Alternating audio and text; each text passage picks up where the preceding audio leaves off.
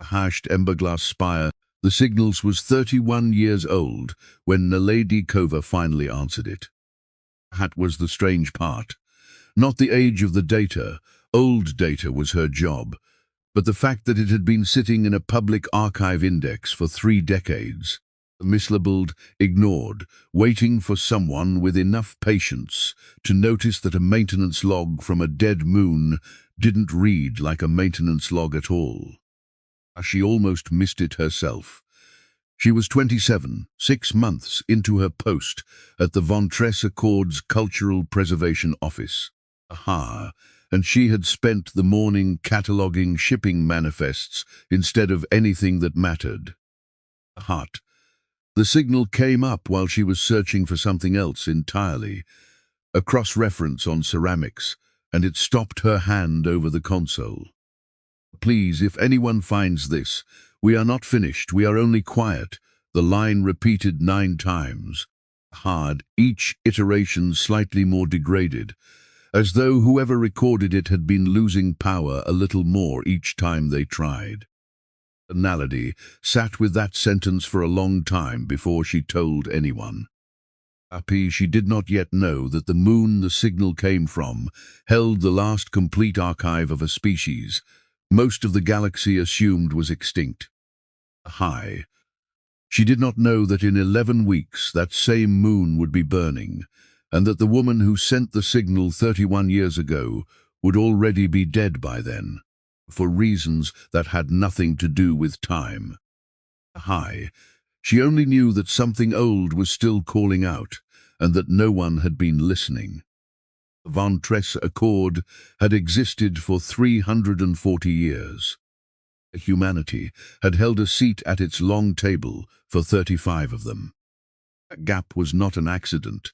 It was policy, dressed up as caution. The founding species of the Accord, the Ilvain, the Korrath, the slow-blooded Draeth, had built their alliance on a single principle. Memory outlasts empire. Every world that joined pledged to preserve, catalogue, and protect the cultural record of every other member. Perpetuity, against war, against collapse, against the simple erosion of centuries. It was, by galactic standards, an old and gentle institution. It had also spent 33 of humanity's 35 years of membership, treating that membership as provisional. Humans were new, humans were loud, humans had barely finished fighting each other before they started fighting for a seat at a table that had already been reserved. Unspoken, for species who had learned patience the hard way, over centuries, not decades. The official language from the Accord's founding charter was gracious. The unofficial consensus, repeated in 100 private sessions, Naledi had read the transcripts of, was blunter. Humanity had not yet earned the right to be trusted with anyone's memory but its own. It was not malice.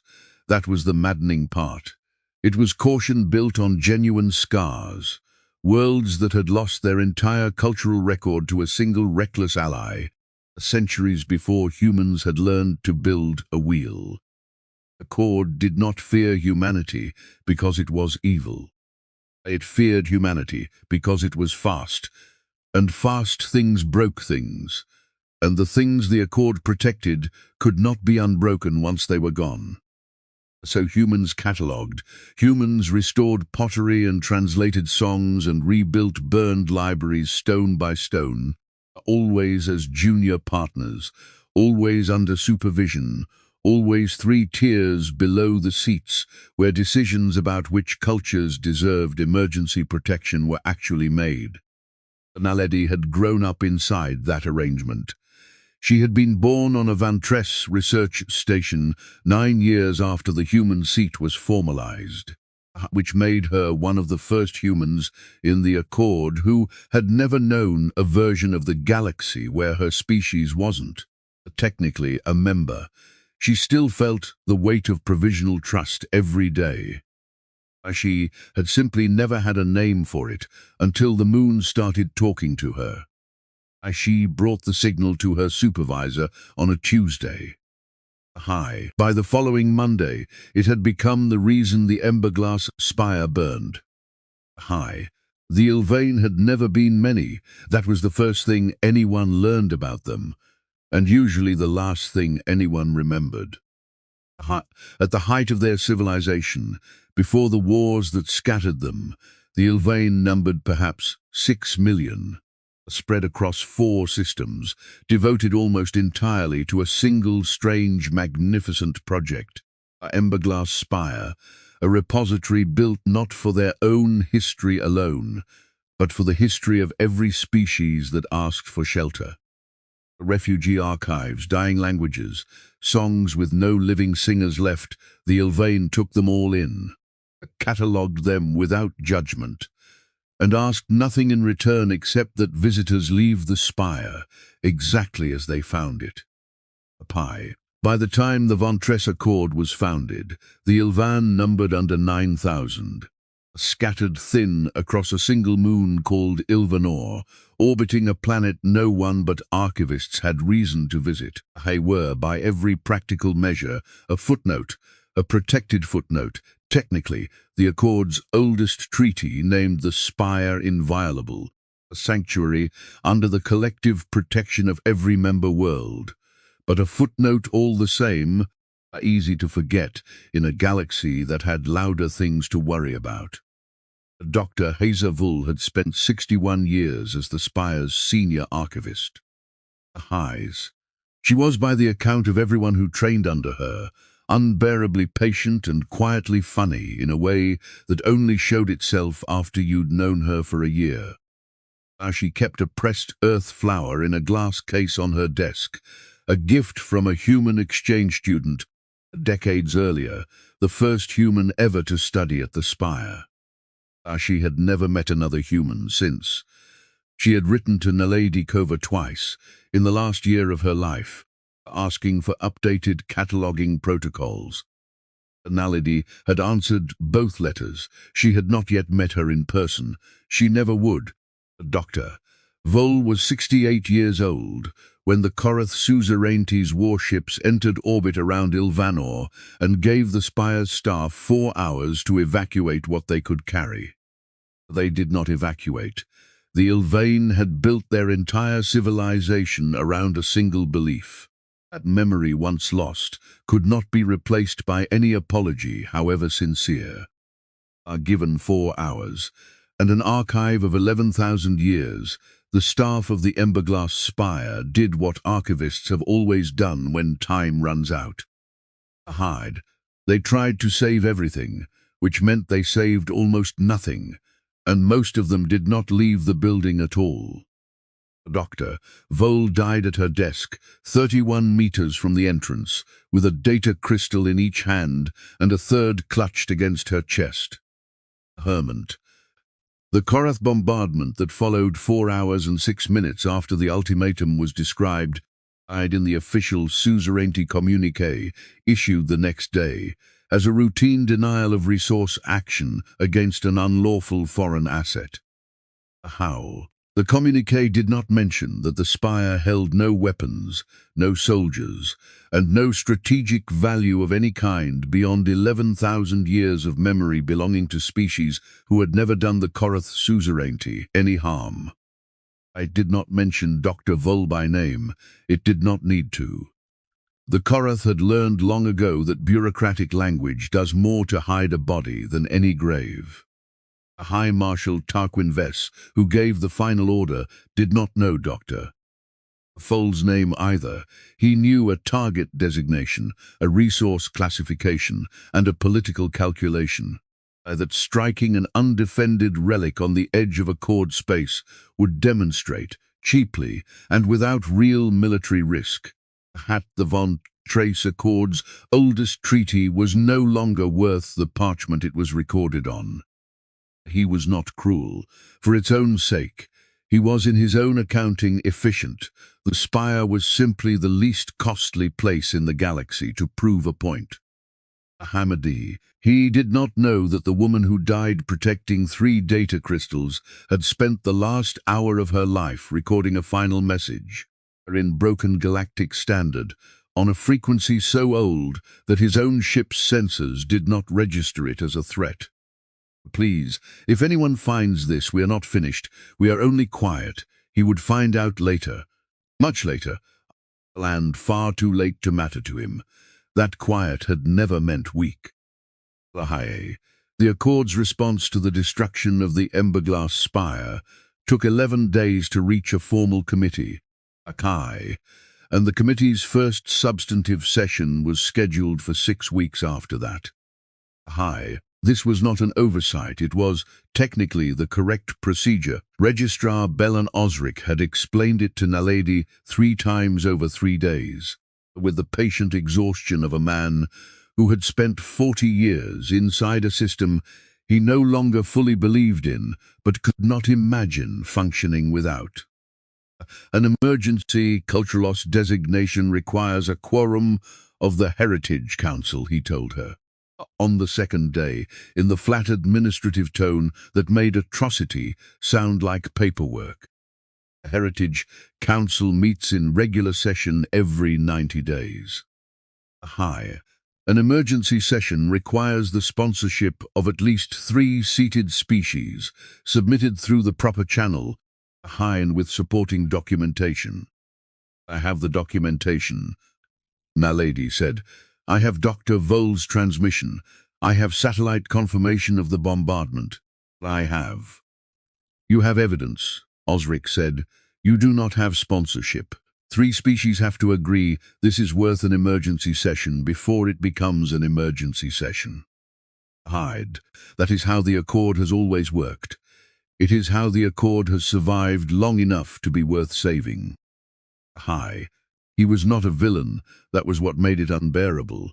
Osric had spent 4 decades protecting exactly this kind of process, from exactly the kind of impulsive intervention that had, rhetorically, done more damage to fragile cultures than the disasters it was meant to prevent. He had seen well-meaning outsiders barrel into cultural crises with good intentions and clumsy hands, and leave behind worse wreckage than they found. His caution was not cowardice, it was scar tissue, inherited from centuries of mistakes made by species who acted first and asked later. He simply could not see, from inside that scar tissue, that 11,000 years of memory did not have 6 weeks to wait for a quorum. Naledi went over his head. It did not help. She went over the head above his. It helped less. Each layer of the Accord's administration added its own careful, reasonable, bureaucratically justified delay. And each delay was individually defensible. Collectively, they amounted to a galaxy-spanning institution watching the smoke over Ilvanor and agreeing, in slow and measured tones, that something really ought to be done about it eventually. But somewhere outside the committee rooms, something had already begun. Weimar, 3 days after the bombardment, while Naledi was still filing her 4th appeal, a message reached her through a channel she did not recognize, not an Accord frequency, not a Solari Reach diplomatic line, but something older and stranger, routed through relay points she'd never heard used for official communication. It contained a single line of text and a set of coordinates. "The spire is not gone. Come and see what your people already knew."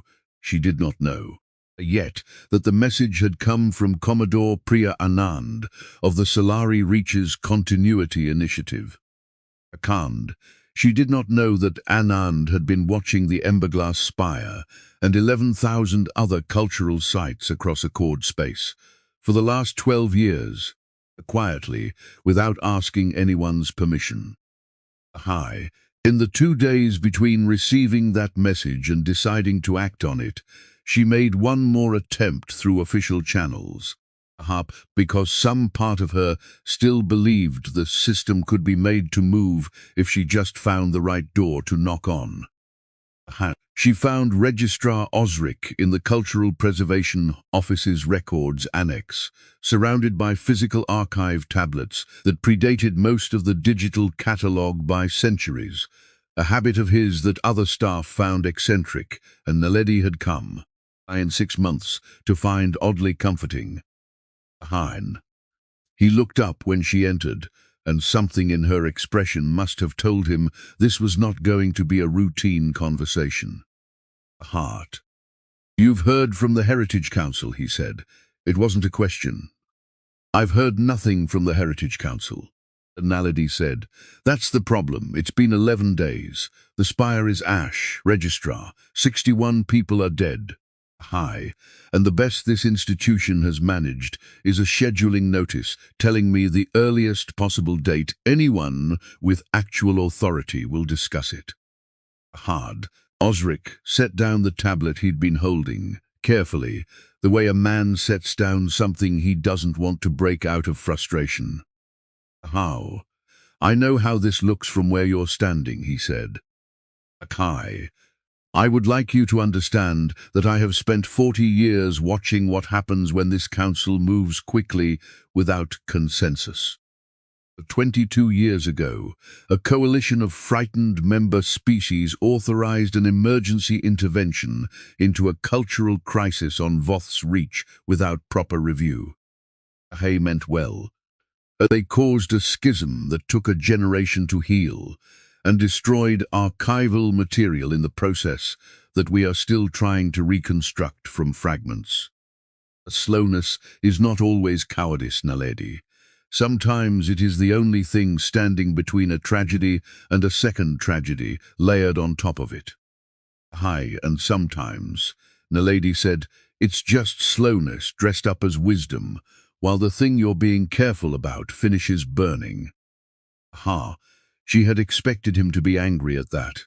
He wasn't. He looked, instead, tired in a way she hadn't seen from him before. The particular exhaustion of a man defending a system he had given his whole life to, against an argument he could not quite bring himself to fully refute. "I don't have a better answer for you," he admitted. "Hi, I wish I did. Go home, get some rest. I will keep pushing through the channels I have. It is not nothing, even if it does not feel like enough." Hi. She thanked him, because he had earned that much, and she left the annex, already knowing she was not going to wait for his channels to work. Hi. She only knew that the coordinates led to an unmarked relay station on the far edge of the Ilvanor system line, and that every instinct she had told her to go alone, and not to tell Registrar Osric. She went. Dr. Hesa Vol's last hour had not been recorded for posterity. Hi. No camera in the spire had been built to capture heroism. The Ilvain had never believed their own staff's deaths were the kind of thing worth cataloguing. But the building's internal logs survived on the mirrored archive, stamped with timestamps. Hi. And Naledi would eventually read every one of them, because someone had to, and because she had come to feel that reading them was the smallest form of respect she had left to offer. 14:02 local time, the Korrath ultimatum arrived. 14:03, Dr. Vol called an all-staff meeting in the main reading hall, 61 people, most of them Ilvain, 3 visiting scholars from neighbor systems, 1 exchange student from a species that had never before sent anyone to study at the spire. She gave them 4 hours and a choice. Some chose to run, most did not. The logs recorded her final instruction. High issued 19 minutes before the bombardment began. Prioritize the founding collections. Prioritize the refugee archives. Prioritize the ones with no other copy anywhere in the galaxy. Leave the rest. We cannot save all of it. We can save what matters most, it was. Naledi would later realize. The same triage logic every archivist learns in their first year of training, applied without hesitation in the last 19 minutes of a life spent teaching it to others. Dr. Vol did not run. She stayed at her desk, in the office with the pressed flower, because the desk was 3 doors from the vault that held the oldest refugee archive in the building. Records of a species that had gone extinct 4,000 years earlier, whose entire remaining cultural memory existed nowhere else in the universe. Highs. She was still carrying crystals from that vault when the bombardment reached her wing of the building. Logs did not record what she felt in that final minute. High. They recorded only that her personal terminal remained active until seconds before the structure above it collapsed. Empowerment, and that in those last moments she had cued one final outgoing transmission on the oldest frequency band the Spire's equipment still supported. A frequency so far beneath the notice of modern warships that not a single sensor on the Korrath fleet ever registered it as anything more than background static. Please, if anyone finds this, we are not finished, we are only quiet. Naledi read that log entry for the first time alone, in her quarters, 3 days after visiting Commodore Anand's relay station, and did not move from her chair for a long time afterward. Commodore Anand's relay station was smaller than Naledi expected. No weapons visible, no obvious defenses, just a squat, unremarkable hull drifting in the outer dark, easy to mistake for debris. "You're wondering why we didn't warn anyone," Anand said, before Naledi had finished stepping off the shuttle. She was 50-something, silver-templed, with the particular stillness of someone who had spent a career choosing her words with more care than most people chose their actions. Heidi. The honest answer is that we couldn't, not without exposing something that took 12 years to build and would have taken 12 minutes to shut down if the wrong committee found out about it first. Found out about what? Anand didn't answer directly. She led Naledi through a corridor lined with humming server racks, each one no larger than a human torso. Each one, Naledi realized with a chill that started in her hands and spread outward, labeled with the name of a world. Ilvana, Cassandra, Voth's Reach, Larkspur Hollow, 12 years ago, Anand said. Solari archivists noticed something the Accord never wanted to admit out loud. A call. For all its rules about protecting cultural memory, the Accord had no working system for actually backing it up. Everything was physical, everything was singular. One archive, one location, one catastrophic loss away from being gone forever. We know what that looks like. We've done it to ourselves. She said it plainly, without the drama the moment seemed to demand. That was, Naledi would later understand, deliberate. Anand had learned long ago that overselling a tragedy made people flinch away from it. Underselling it made them lean in. Humanity burned its own great library once, Anand went on. More than once, if you count carefully. We lost languages, songs, entire ways of understanding the world, because we assumed the physical copy would always be there until suddenly it wasn't. Hermant. We didn't build the mirror program because we think we're better than the rest of the galaxy at protecting memory. I built it because we know better than most exactly how memory gets lost. We've done the losing. We didn't want anyone else to have to, but that wasn't the whole truth, and Naledi could tell. You didn't ask permission, she said slowly. 12 years of quietly copying everyone's archives. And you never told the Accord. No, why? Anand was quiet for a moment. When she spoke again, her voice had lost some of its careful flatness. Because, if we'd asked, the answer would have taken 6 weeks to reach a committee, and another 6 months to clear a review board. And by the time anyone said yes, half of what we were trying to save would already be gone. We made a choice. We decided that being trusted mattered less than the archives surviving. How'd?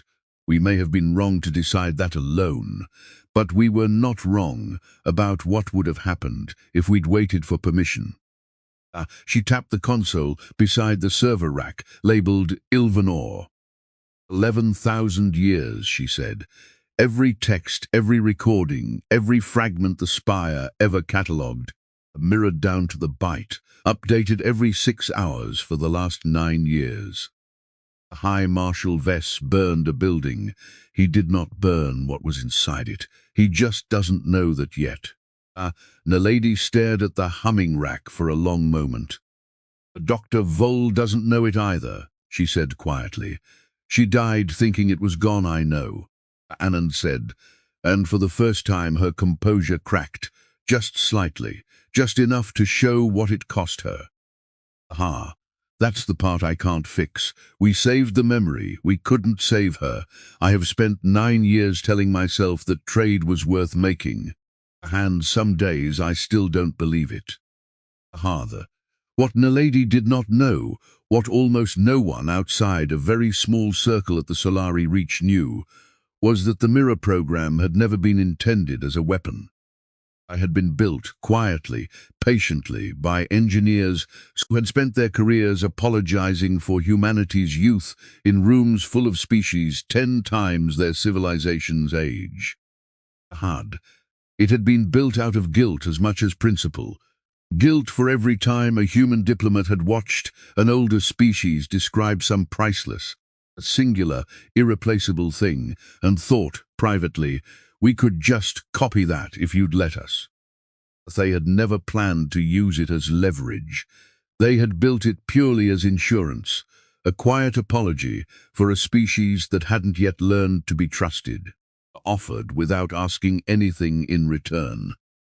The destruction of the ember glass spire changed that. Within 6 hours of Naledi's visit to the relay station, Commodore Anand had opened a channel to Solari Reach Command with a single question. Do we reveal what we've been protecting, or do we let the Accord grieve a total loss it never had to suffer? The answer that came back surprised her. I reveal it, but not as a rescue.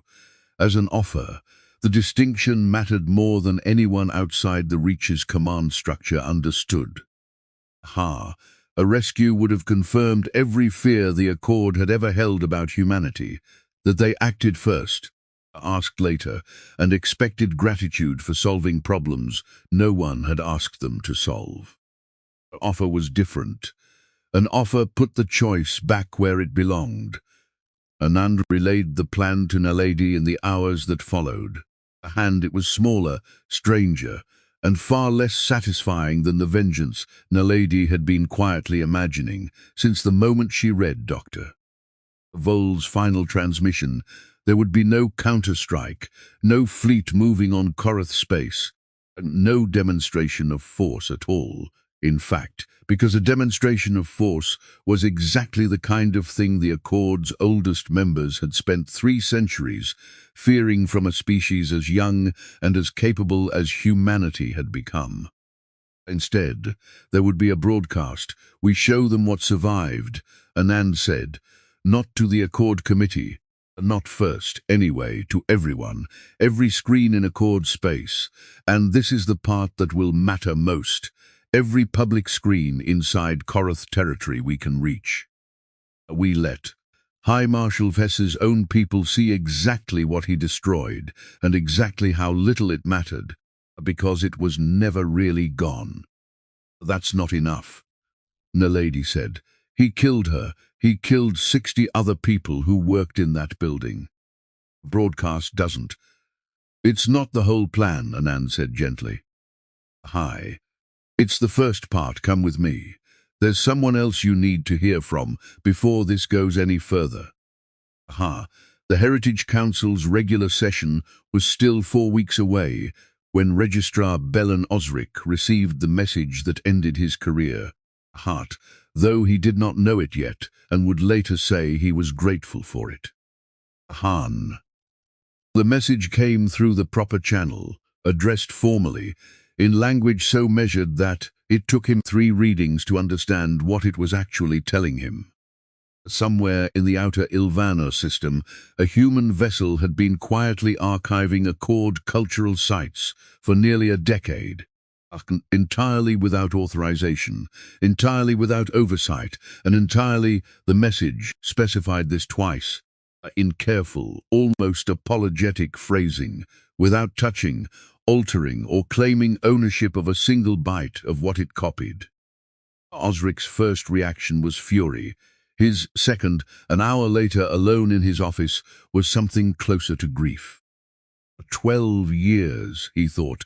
12 years we could have built this together, if we had trusted them enough to ask. He didn't know, sitting there, that his fury and grief were about to become useful.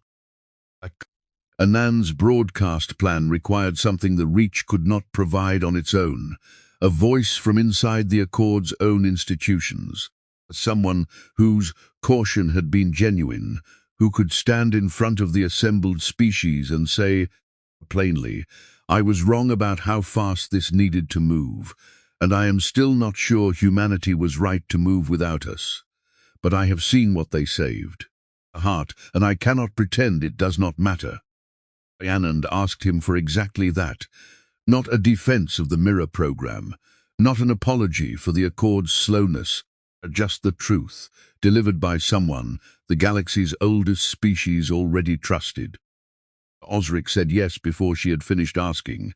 What no one expected, not Anand, not Osric, not even Naledi, was how much that single admission would end up mattering later, when the Accord finally had to decide what to do about a High Marshal who had bombed a sanctuary and called it routine. How? The broadcast went out 9 days after the destruction of the Emberglass Spire. On every public frequency, the Solari Reach could reach across Accord space and, through channels Commodore Anand would never fully explain to her superiors, on a significant fraction of civilian screens inside Korrath territory as well.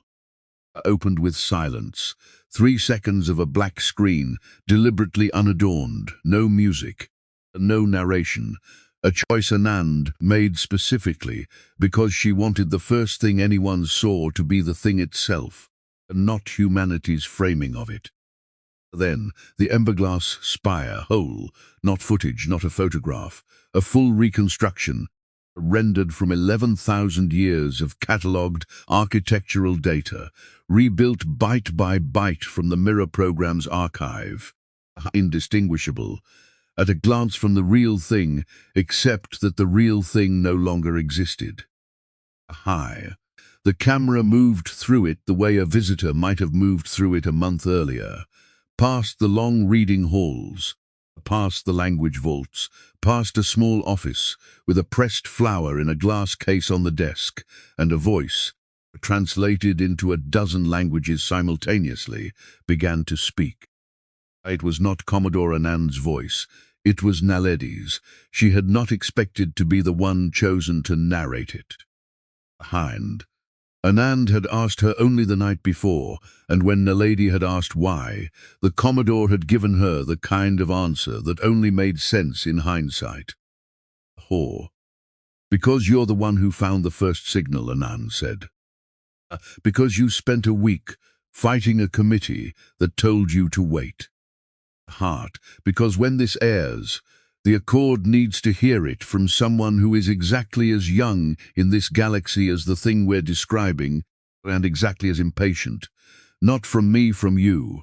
So it was Naledi's voice, unsteady in the first few sentences, and steadier after that, had told the galaxy what had happened to Dr. Hessavol, and what had not 61 years she gave to this place, Naledi said, as the reconstruction lingered on the small office. Pressed flower, the glass case. She died 31 meters from the door, holding 3 data crystals against her chest, because she believed, correctly, that some things are worth more than the life it costs to protect them. High Marshal Vess called this a resource denial action. It was a library. It was a home. It was the last place in this galaxy where 11,000 years of memory, belonging to a species with fewer than 9,000 people left, were kept safe, without judgment, without cost, for anyone who needed shelter. A pause, one sentence, alone, deliberately unadorned. He was wrong about what he destroyed. A reconstruction shifted.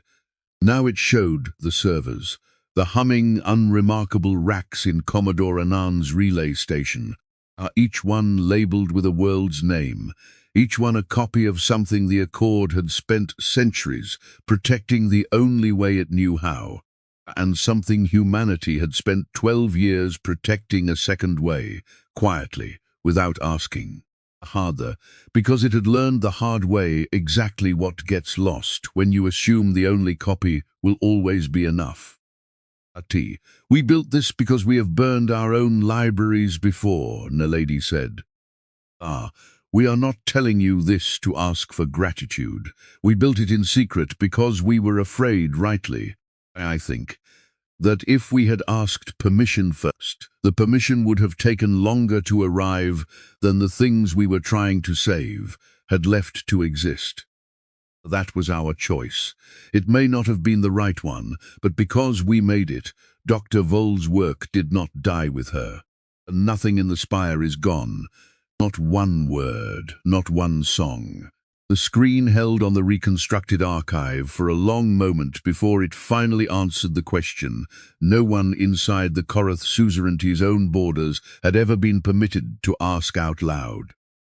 What was destroyed at Ilvanor was not a strategic target, Naledi said. It held no weapons, it threatened no fleet. It was chosen because it was undefended. And because someone believed that undefended things do not need to be counted as a cost. We are telling you this because the people who live inside the Korrath Suzerainty deserve to know what was done in their name. And because the people who live everywhere else deserve to know that it did not have to be permanent, even though it was meant to be. Then Registrar Belen Osric's voice, older, heavier, unmistakably sincere. I have spent 40 years believing that caution protects what we love, he said. I still believe that, mostly, but I was wrong about how much time caution can cost, and I have seen, over the last 9 days, what happens when someone decides the cost is too high to wait for the rest of us to agree. I do not know if what the Solari Reach did was right. I know that if they had not done it, Dr. Vol's life's work would be nothing but ash, and a transmission no one answered in time. I would like us, as an Accord, to decide together what we do next. Hard, but I did not want that decision made without every one of us first understanding exactly what was saved, and exactly what it cost one woman to try. The broadcast closed on a single line of Ilvain script, translated beneath it, taken from the last recorded fragment Dr. Vol had ever catalogued, decades before her own death, a line she had chosen, according to the Spire's records, because she said it explained why the Ilvain had built the whole institution in the first place. Memory does not surrender. High Marshal Tarquin Vess watched the broadcast twice. The first time he watched it as a strategist, cataloguing what it revealed. A covert human archival network operating inside sovereign Korrath territory without detection for years. A capability his own intelligence services had entirely missed. A public relations catastrophe unfolding in real time on his own citizens' screens. The second time he watched it as something closer to a man, and he did not enjoy what that felt like. He had not known Dr. Vol's name before that broadcast. He had known a target designation and a political calculation. Now, he knew a pressed flower in a glass case, and a woman who had died holding 3 data crystals against her chest because she believed, apparently correctly, that some things mattered more than surviving to protect them. He told himself for 3 days that this changed nothing. The strategic reasoning behind the strike had been sound. The Accord's oldest treaty was, in fact, no longer worth the parchment it was recorded on. His forces had proven that decisively, And no rescued archive changed the fact that he had proven it. Sentiment was not strategy. He had built his entire career on refusing to confuse the two. Bible. But something in his own territory was already shifting, and no amount of strategic reasoning was going to stop it. Now, though, the broadcast had reached civilian screens across a significant portion of Korrath space, a fact his intelligence chief could not explain and could not undo, and the reaction it produced was not the fear or resentment he had expected from a population accustomed to being shown their enemies as savage. It was something closer to shame. Korrath citizens had grown up on stories of their own empire's discipline, its efficiency, its refusal to waste resources on sentiment. They had not grown up expecting to see broadcast into their own homes a reconstruction of a 61-year-old woman's office with a flower some young human had given her decades before either of their governments had ever gone to war. They had not expected to feel watching it that their government's efficiency had cost something no resource denial action was supposed to cost. Protests were not permitted inside Korrath territory. Silence was not a protest, technically, but when Vhes addressed his own senior command staff 4 days after the broadcast, the silence in that room was the loudest thing he had ever heard. Permanent. "We will issue a correction," his political officer suggested carefully. "We will characterize the human broadcast as propaganda." "We will. They showed us the inside of a woman's office," Vess said. "There is no correction for that. He did not sleep well that week. He would not have admitted, even to himself, that the thing keeping him awake was not fear of Solari retaliation. The Reach had made no military threat, had moved no fleet, had done nothing to his forces at all, except make the truth impossible to unsee.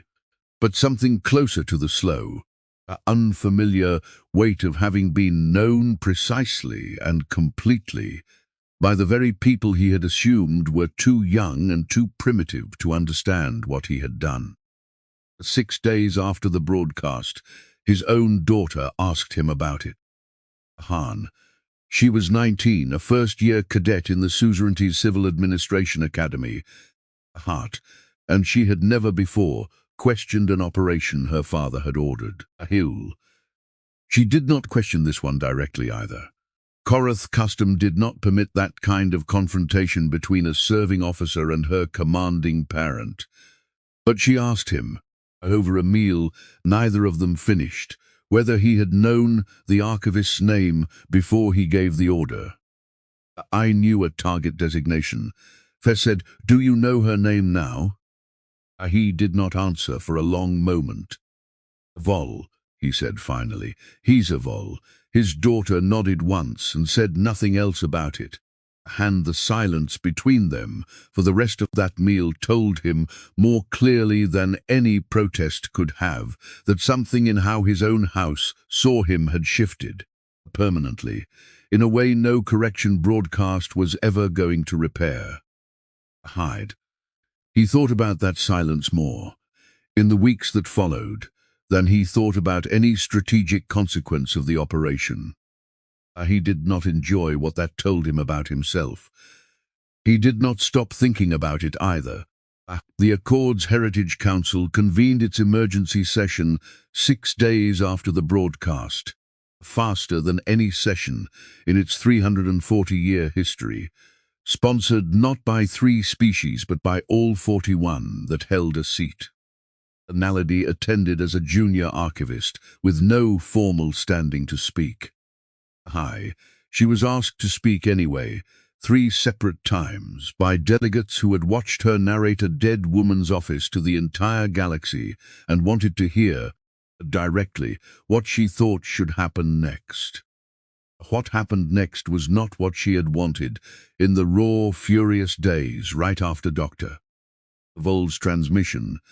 She had wanted, if she was honest with herself, something that looked like justice with teeth in it. She had imagined Korrath warships, disabled the way the old stories described, dead in space. Humbled, forced to watch as someone finally made them answer for what they had done. What actually happened was smaller, slower, and, she came to understand over the following months, considerably harder to achieve. The council did not vote to send a fleet. Commodore Anand, invited to address the session directly, made the case for restraint herself. And it was the argument Naledi least expected to hear from the person who had spent 12 years quietly building an archive network without anyone's permission. We could disable every Korrath vessel in this sector within an hour, Anand told the assembled delegates, and the room went very still. I want to be honest about that, because I think honesty is the only thing that earns trust back once you've spent it recklessly. And I have spent a great deal of it these past 2 weeks. We have the capability. We built the mirror program to protect what could be lost. We did not build it to become an occupying force, and I am not interested in proving today that we could be one if we wanted to. She let that sit for a moment before continuing. High Marshal Vess destroyed a sanctuary, because he believed no one would answer for it, and no cost would be attached to the choice. We have already ensured he was wrong about the first part. His own people know now what he did, and that knowledge does not go away, because we choose not to escalate. What I am asking this council to consider is a different kind of cost, not a fleet at his door, but the truth at his people's indefinitely, alongside an open invitation. Let the Korrath Suzerainty send its own archivists to help rebuild what can be physically rebuilt, under Accord protection, using the very data his strike was meant to erase. Let them look at what their government tried to decide, themselves whether that government still deserves their loyalty. It was Registrar Osric, unexpectedly, who pushed the proposal over its final resistance. He stood before the council, a man who had spent 4 decades as the living embodiment of the Accord's caution, and made an argument that surprised even Naledi. For 340 years, he said, we have told ourselves that speed is dangerous and patience is wisdom. I still believe that most days, but I have spent 2 weeks watching what happens when patience arrives too late. And I have spent this last week watching a High Marshal's own citizens do something no committee of ours could have accomplished in 6 months of hearings. They looked at the truth, undisguised, and they were ashamed. That is not a weapon we built. That is a weapon he built. The day he decided an undefended archive was worth less than the message he wanted to send. Let us not waste what his own mistake handed us by answering it with a mistake of our own. The vote, when it finally came, was not unanimous. It did not need to be. It passed by a margin wide enough to matter, and narrow enough that everyone in the room understood exactly how close the galaxy had come to answering violence with more of the same. Not every delegate accepted the outcome quietly. The Drayth ambassador, a slow-spoken elder whose species had lost 3 colonies to conquest before the Accord's founding, rose before the session closed and asked the question Naledi suspected half the room was thinking, and none of them wanted to say aloud. You are telling us, the ambassador said, that a species barely older than a single Drayth lifetime possessed, for 12 years, the capability to disable the war fleets of any member state in this chamber, and chose on its own authority not to tell us. I would like the record to reflect that this council does not find that reassuring merely because it turned out well.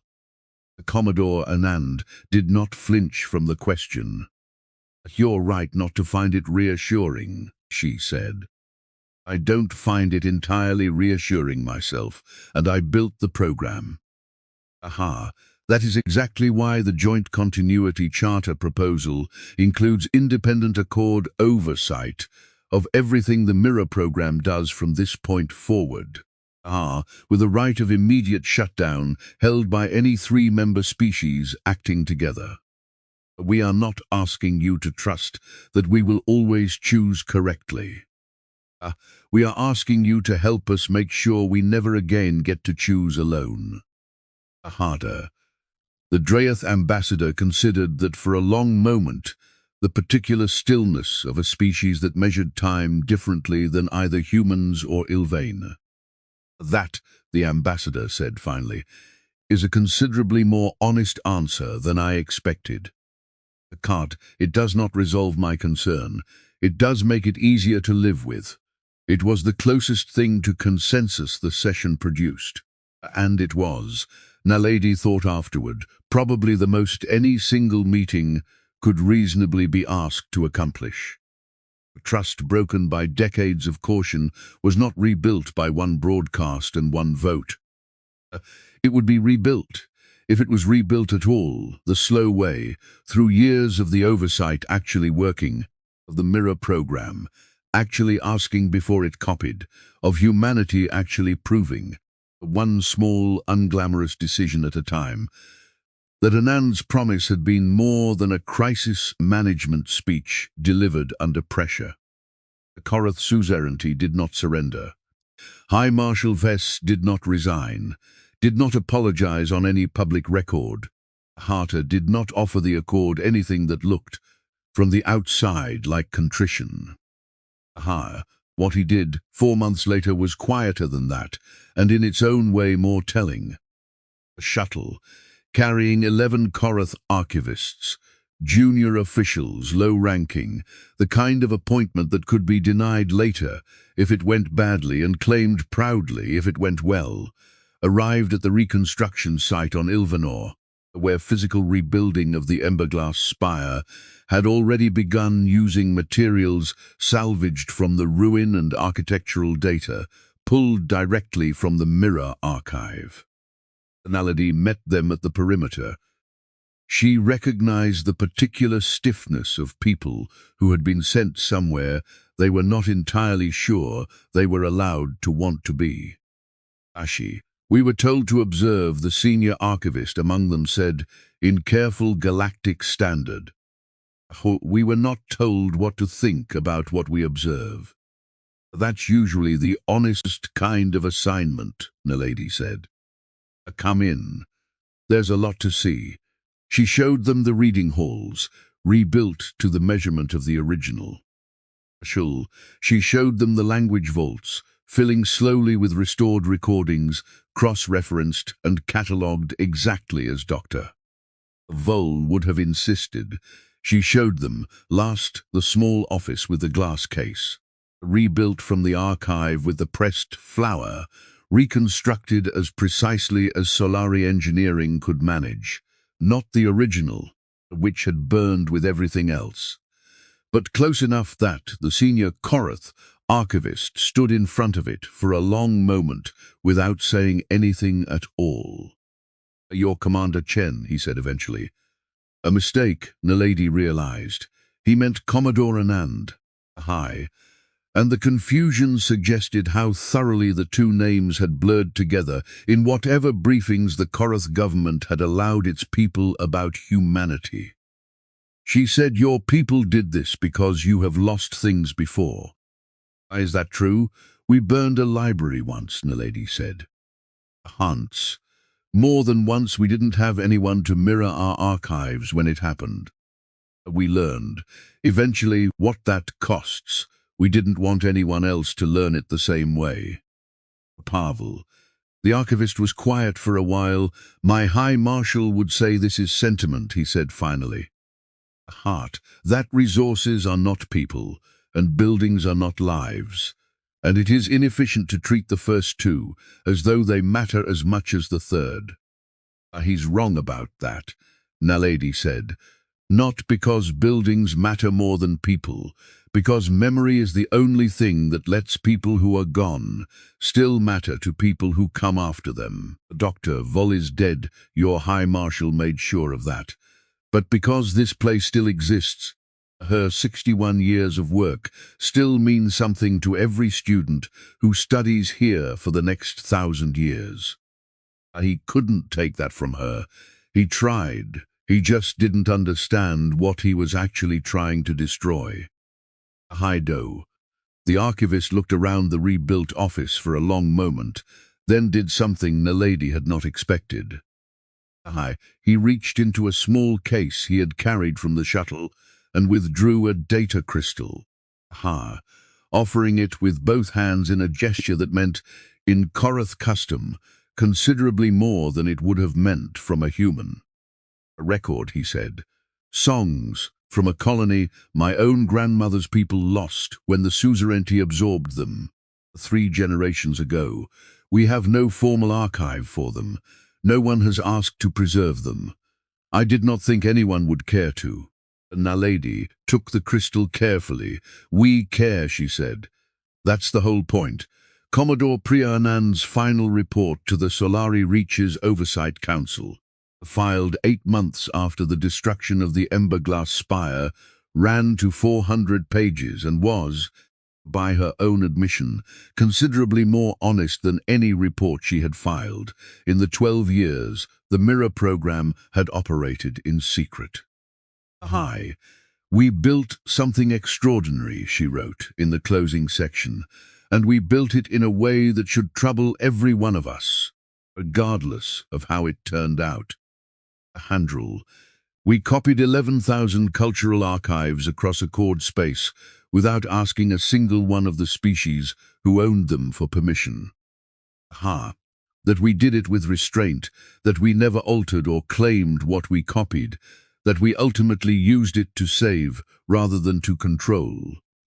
None of that changes the fact that we made the choice to act without consent, got away with it, because it worked.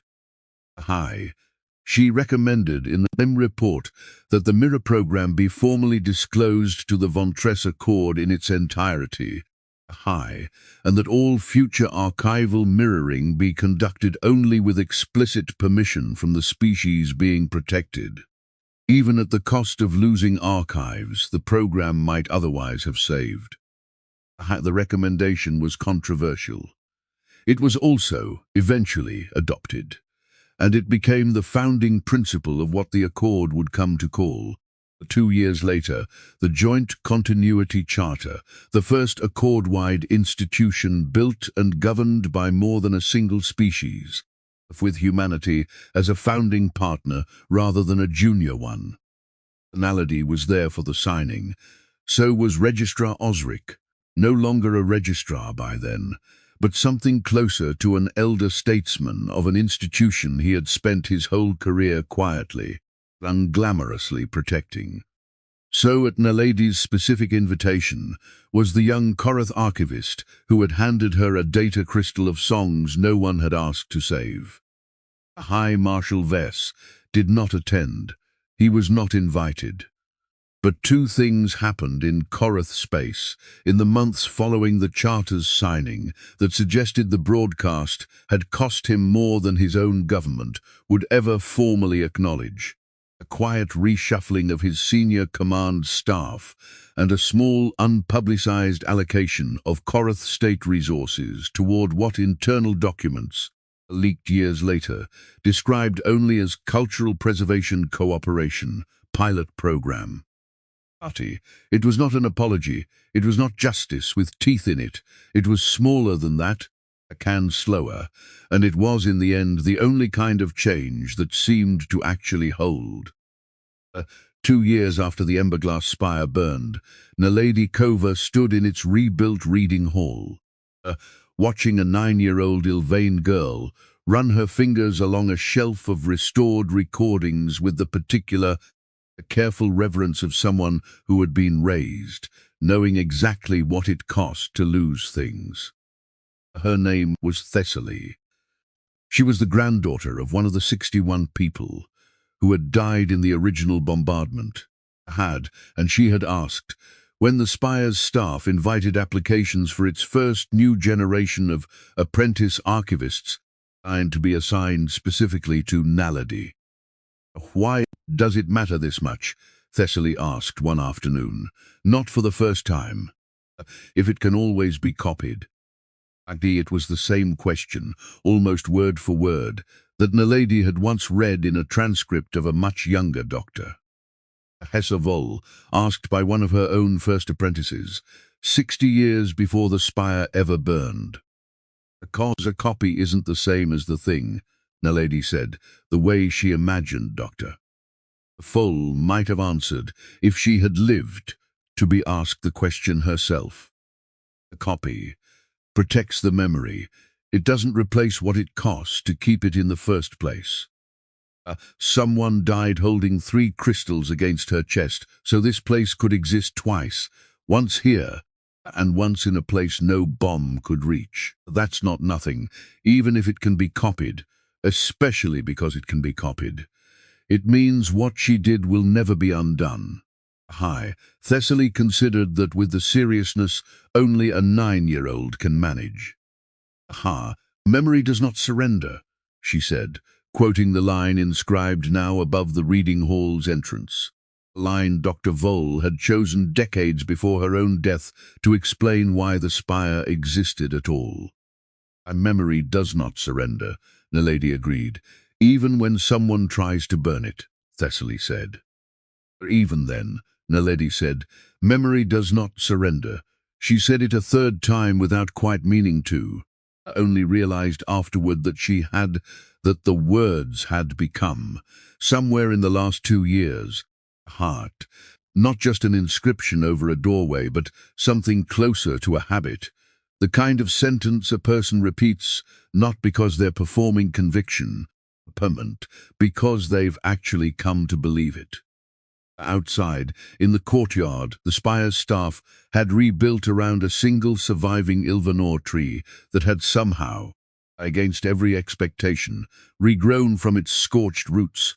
A small memorial flame burned in a glass case, exactly where Dr. Vol's office window had once looked out over the reading halls she'd spent 61 years protecting.